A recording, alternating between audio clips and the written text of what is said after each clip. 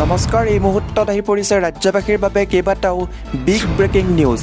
আজিৰ এই 5 মিনিটৰ ভিডিঅ'টোৰ যোগেদি বহুকেইটা গুৰুত্বপূৰ্ণ খবৰ যুগুত হৈছে আৰু নিতৌ এনেকুৱা ধৰণৰ খবৰসমূহ পাই থাকিবলৈ হ'লে চেনেলটো ছাবস্ক্ৰাইব কৰি ভিডিঅ'টোত এটাকৈ লাইক কৰি আমাক উৎসাহিত কৰিবলৈ নাপাহৰিব। বন্ধুসকল, আজিৰ প্ৰথমটো খবৰেই হৈছে এটা ডাঙৰ খবৰ। ব্ৰহ্মপুত্ৰত বৃহৎ অঘটন, নাও ডুবি 4জন সন্ধানহীন। এই মুহূৰ্তত আহি পৰিছে এটা ডাঙৰ খবৰ। ব্ৰহ্মপুত্ৰত বৃহৎ অঘটন, নাও ডুবি 4জন সন্ধানহীন। ডিব্ৰুগড় জিলাৰ চাবুৱাৰ ব্ৰহ্মপুত্ৰত নাও ডুবি 4জন লোক সন্ধানহীন হৈ পৰে। জানিব পৰা মতে দুৰ্ঘটনাটোৰ সময়ত নাওখনত 9জন লোক আছিল, কিন্তু নাওখন ডুবিবলৈ ধৰাৰ লগে লগে কেউজনে নাওখনৰ পৰা জঁপিয়াই সাঁতুৰি আহি কোনোমতে পাৰ পায়।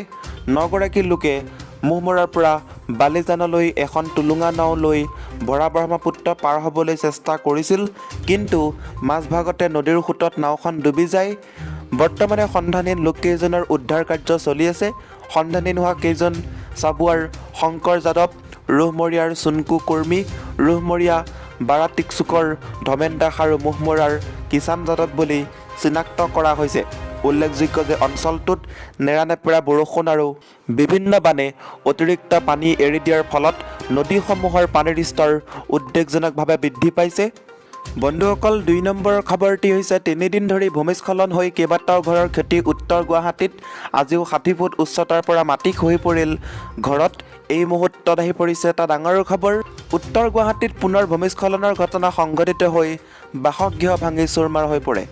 ধাৰাবাহিক ভূমিস্খলনৰ ঘটনাই সন্ত্ৰস্ত কৰি অহাৰ সময়তে উত্তৰ গুৱাহাটীৰ ৰজাদুৱাৰৰ আনন্দনগৰত শুৱাপাটিতে অঘটন সংঘটিত হয়। আজি পুৱাই হোৱা ভয়াৱহ ভূমিস্খলনত কথমটি প্ৰাণ ৰক্ষা এটা পৰিয়ালৰ 5জন সদস্যৰ।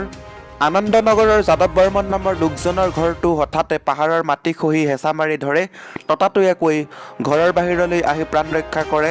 প্ৰায় 60 ফুট উচ্চতাৰ পৰা খহি পৰা মাটিয়ে টিনপাতৰ ঘৰটো মহতিয়াই নিয়ে।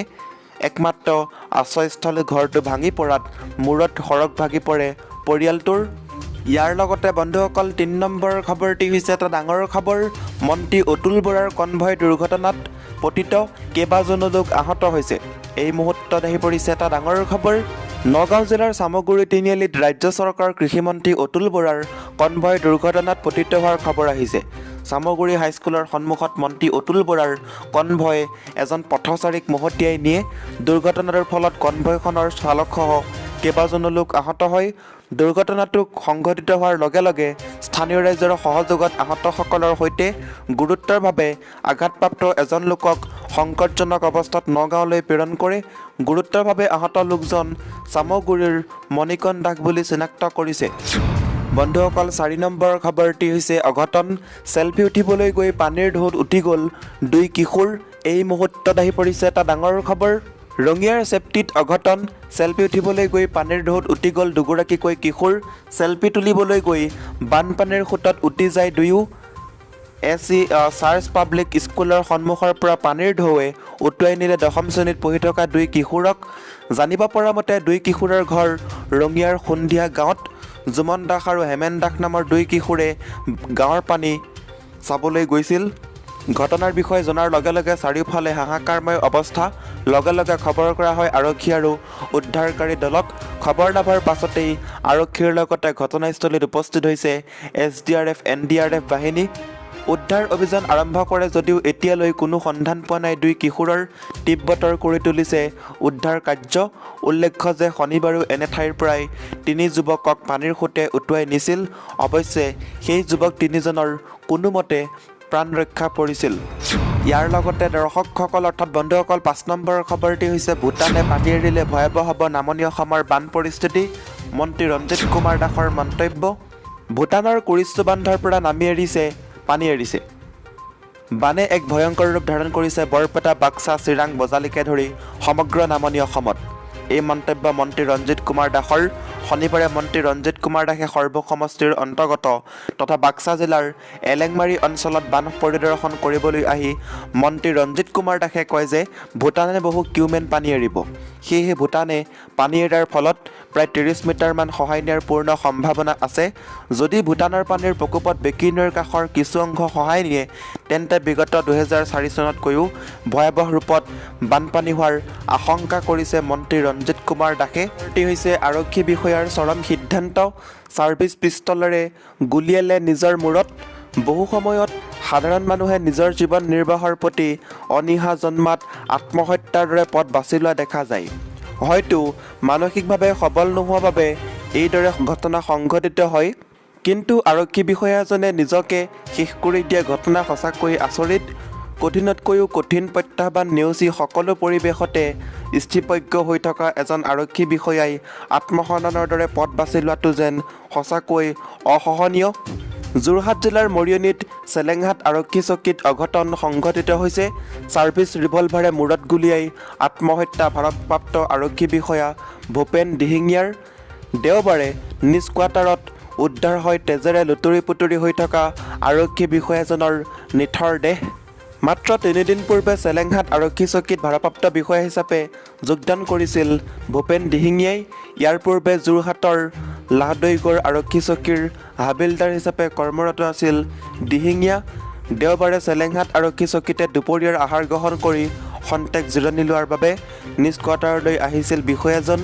ইয়াৰ পাছত নিজৰ কোঠাত সোমাই দৰ্জা খিৰিকী বন্ধ কৰি আত্মহত্যা কৰে বিষয়াজনে। আনহাতে বহু সময় ফোন কৰাৰ পাছতো ৰিচিভ নকৰাত থানাৰ পৰা একাংশ আৰক্ষী আহি দৰ্জা ভাঙি উদ্ধাৰ কৰে মৃতদেহটো। ভূপেন দিহিঙীয়াৰ ঘৰ লখিমপুৰত। কি কাৰণত আৰক্ষী বিষয়াজনে এই চৰম সিদ্ধান্ত বাছি ল'লে সেয়া বৰ্তমানেও ৰহস্যৰ আৱৰ্তত। 6 নম্বৰৰ খবৰটি হৈছে ৰঙিয়াত বাঢ়নী পানীয়ে উটুৱাই নিলে 2জন কিশোৰক। ৰঙিয়াৰ চেপটিত অঘটন সংঘটিত হৈছে। বাঢ়নী পানীয়ে উটুৱাই লৈ গ'ল 2জনকৈ কিশোৰক। সন্ধানী নোহোৱা কিশোৰ 2জন হৈছে চাপনিয়াৰ সতীশ দাসৰ পুত্ৰ জুমন দাস আৰু চেপটিৰ হেমেন দাসৰ পুত্ৰ হিমাংশু দাস বুলি জানিব পৰা গৈছে। দুয়োজনে প্ৰেমদাস শিৱনাথ বিদ্যাপীঠৰ 10ম শ্ৰেণীৰ ছাত্ৰ। বৰ্তমানলৈ কোনো সন্ধান ওলোৱা নাই কিশোৰ 2জনৰ।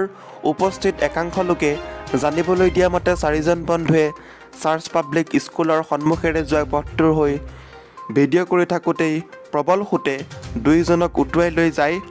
ইয়াৰ লগতে দৰ্শকসকল 6 নম্বৰৰ খবৰটি হৈছে এটা ডাঙৰ খবৰ। প্ৰশাসনৰ আহ্বান, সকলো চৰকাৰী বেচৰকাৰী বিদ্যালয়ৰে পৰীক্ষা পিছুৱাই দিয়া হওক। আজি কামৰূপ মহানগৰৰ প্ৰশাসনৰ ফালৰ পৰা এক নিৰ্দেশনা জাৰি কৰা হৈছে। ৰাজ্যত হৈ থকা নেৰানেপেৰা বৰষুণ আৰু বানৰ বাবে বিদ্যালয়সমূহৰ পৰীক্ষা পিছুৱাই দিয়া হওক। কামৰূপ মহানগৰ জিলা প্ৰশাসনে এই আহ্বান জনাই কয় যে বৰ্তমানৰ পৰিস্থিতি বহু ঠাইত অধিক বেয়াৰ ফালে ঢাল খোৱাৰ লগতে কোনো ঠাইত অপৰিৱৰ্তিত হৈ আছে। বিভিন্ন ঠাই এতিয়াও পানীৰ তলত। আনহাতে বিগত কেইবাদিনো ধৰি বহু ঠাইত বিদ্যুৎ সংযোগ নোহোৱাৰ লগতে যোগাযোগো বিচ্ছিন্ন হৈ পৰিছে, যাৰ বাবে বহু সমস্যাৰ সন্মুখীন হোৱা ছাত্ৰ ছাত্ৰীবোৰৰ প্ৰতি লক্ষ্য ৰাখি চৰকাৰী বেচৰকাৰী শিক্ষানুষ্ঠানসমূহ পৰীক্ষা পুনৰ নিৰ্ধাৰণ কৰিবলৈ আহ্বান জনাইছে।